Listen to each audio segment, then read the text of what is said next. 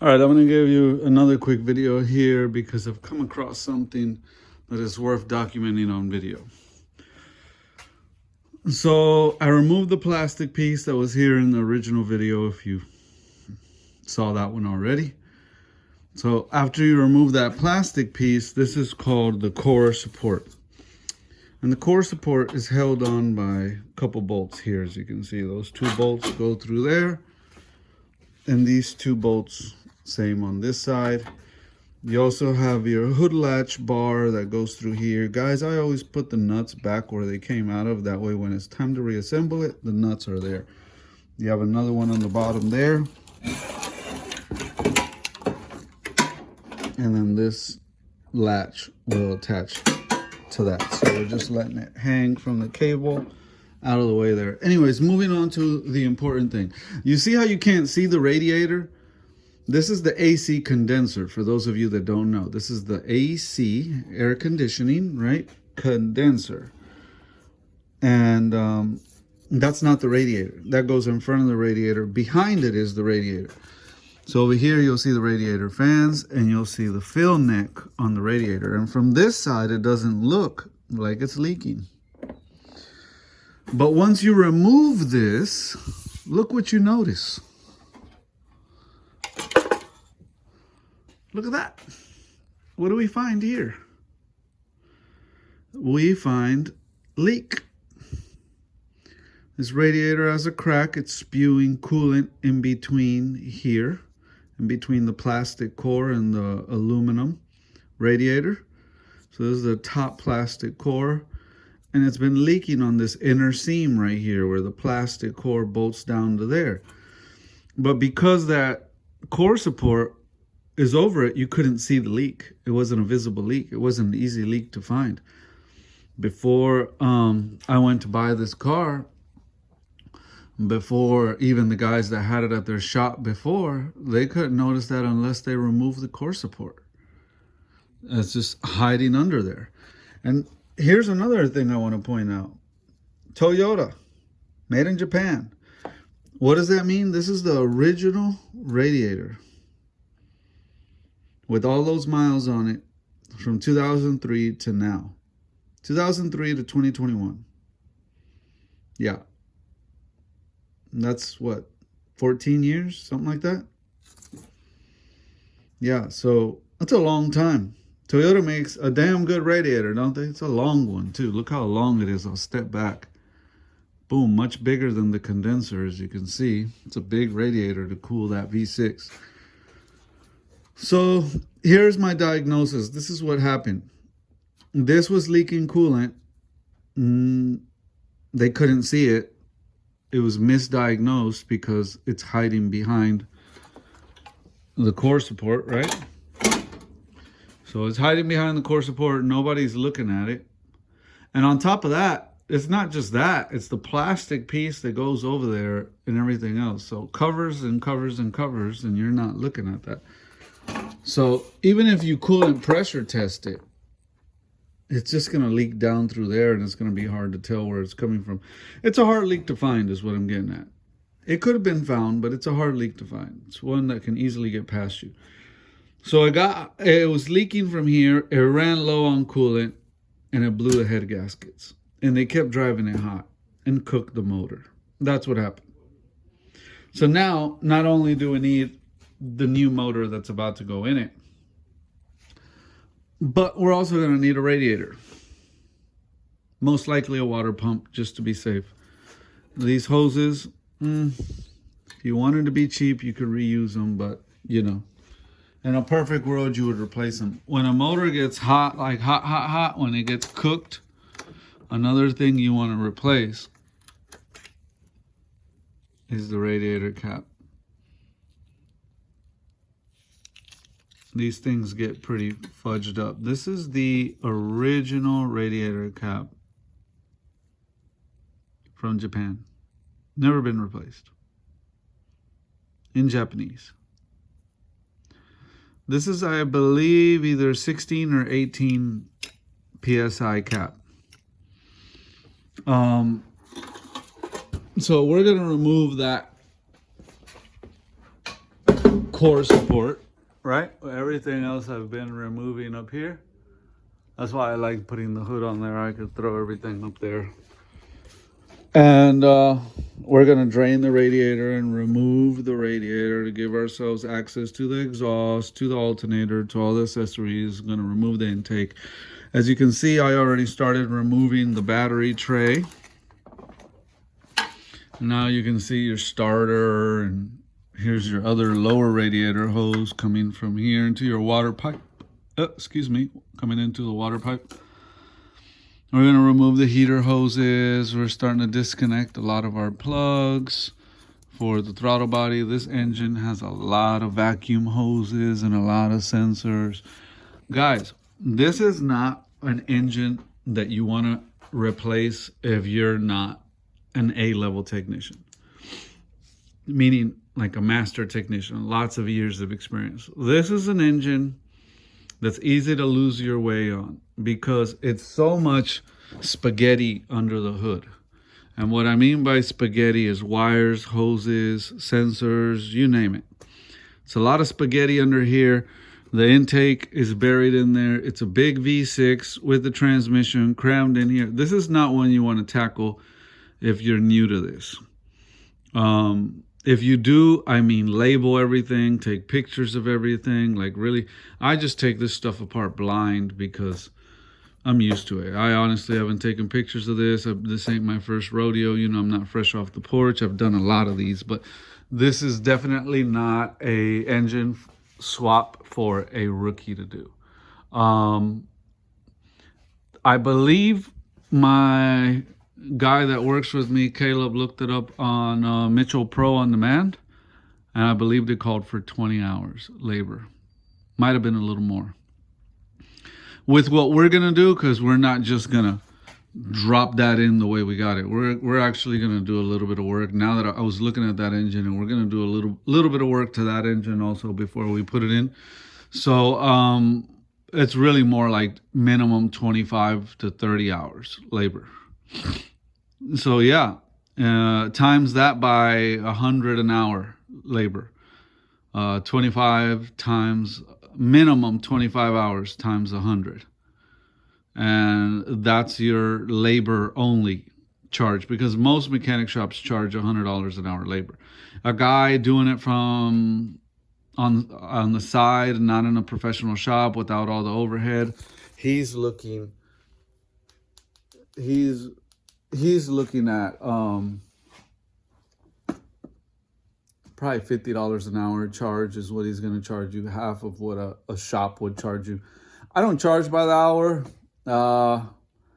I charge based on who you are and how much I like you. It sounds kind of brutal to say it that way, but just being honest, you know. I don't charge everybody the same. If we're friends, obviously you get more of a friend price. If you're just some random person, then you get a random person price. Even random people, I try to price according to the person that I'm dealing with. You know, like you're not gonna charge a single mother of four that's a waitress at a restaurant what you would charge a Harvard graduate that's single in his early 20s and got a professional 6-figure a year job. You understand what I'm saying? You different strokes, different folks. I'm going to charge him more what I'm worth, and I'm going to give the single mother a break. Even giving someone a break on an engine like this, I wouldn't touch it for less than $1,000 labor. And that's like you're a friend and I'm doing you a favor. Especially if I'm doing all that work. Most other shops would charge you more than that, and they would half-ass it, and it would just be a slap it in, slap it out job. Yank that one out, hurry up and drop the other one in. No, forget about them like lubing your bolts or blowing things out before they shove a new bolt. Like, sometimes on a car like this, 2003, you'll pull a bolt out and you want to take the time and use the air compressor and blow out any dust, sand, grit, oil, you name it, that's in the threads. You want to clean out the threads before you reintroduce a bolt in there. That's how you protect the integrity of the threads and the grip of the bolt as it threads in. Anti-seize, thread lock on bolts that need it. Some bolts need thread lock, some need anti-seize, a little bit of lube here and there. And using the proper torque sequences, and the tightening patterns that you need to follow, and making sure everything's torqued down and tightened down in the right sequence, not just hit it with a gun, bah, bah, bah, bah, bah, bah, bah, bah, bah, bah, and break and crack stuff. Yesterday I was working on a Chrysler Town Country 2014, and they cracked the intake, and they had just had Pet Boys, I call them Pecker Boys. They just had Pecker Boys replace an engine warranty work that they had done, and they didn't replace the spark plugs, they didn't replace coils, they didn't put a rear main seal on it, they didn't do nothing, man. I'm talking about a slap it in, slap it out engine swap, and they cracked the intake, over tightening it. It's plastic. Like, take it easy. Why are you going crazy with your impact tools? So that's what you get. And what the insurance was billed for by Pecker Boys to do that job, through the roof. Forget about it. Pet Boys is one of the highest overpriced mechanic shops around. I'd much rather, I don't know if you have a Sears Auto Center in your area, but they were much better. They closed down over here. I want to say Meineke, places like that, Goodyear. Look into those places before you ever go to a Pet Boys. And I know I can talk crap about Pet Boys because I worked for them for almost 5 years, 4.5 years. So, yeah, I mean, someone is going to charge you, $2,500, $3,000 to do an engine swap on one of these cars. And it's going to be a slap it in, slap it out job. I don't do work like that. I'm going to YouTube, I'm going to document, I'm going to spray things down, I'm going to wipe things down, I'm going to clean things, I'm going to blow things out, I'm going to torque things down properly. I'm going to make sure that it's done diligently, or I ain't touching it. I'm not even going to waste my time. And because I know the way I work, because I know the quality of work I do isn't Pecker Boys quality work, I am going to charge a fair price. I don't want to shoot myself in the foot, but at the same time, I don't want to beat nobody up. And, different people, if you sell life insurance for a living and you can afford to pay more, then I don't mind asking you for a little more. If you're collecting food stamps, trying to barely put food on your table, I might be inclined to give you a break. It just comes down to what it is. Now, this particular car, the guy I'm doing it for is like family to me. So I don't charge him based off of what he makes. He could be living off unemployment and collecting food stamps, or he could own his own insurance company. To me, that's irrelevant. To me, he's family. So I'm going to give him the family price. That's pretty much what I'm doing this for, like for a family price. But like, even being nice to someone coming in here, like just normal person, just want to do right by them and give them a fair price, you're talking about $1,000 to $1,500. Yeah. So this is not an easy engine. This is a spaghetti engine. This is a 20 to 25 hour labor engine. For me, it's a walk in the park. I'm not trying to sound braggadocious. I've done so many of these, it's ridiculous. But for the average person out here that's attempting, I can do that, no big deal, I'm letting you know, things always look easier on YouTube. You'll get started and you'll be like, oh, why? And then you'll get frustrated, and frustrated work always leads to breaking something, having to take stuff apart again because you jumped the gun and put something together before you're supposed to put that together, and now you got it running but it doesn't run right, and blah blah blah, and now you got it running but it leaks or it rattles, and now you're dealing with all that. So frustrated work is not good work. You want to be doing confident work. So I know exactly what I've signed up for here. I'm more than confident. I know what I'm doing. None of this is frustrating me. I'm taking my time, but at the same time, I'm moving at a good pace. I'm not overworking myself, rushing it, trying to slap it in and slap it out, but I'm not sitting around twiddling my thumbs on it. You know, this thing's coming apart fast and going back in fast. It's a family price thing, so I got other cars waiting in line out there. So the last thing I want to do is work extra slow. Nobody's saying that, but I'm not under pressure like, oh, it's got to be done in a day. You know, I'm going to take my time and do this in 2-3 days. Anyways, I don't want to yap too much. I just wanted to make another video because it's really easy to buy something and not be able to catch stuff. Like, what was the original reason why this car overheated? Separated radiator from the plastic core to the aluminum radiator, hidden under the core support, not visible.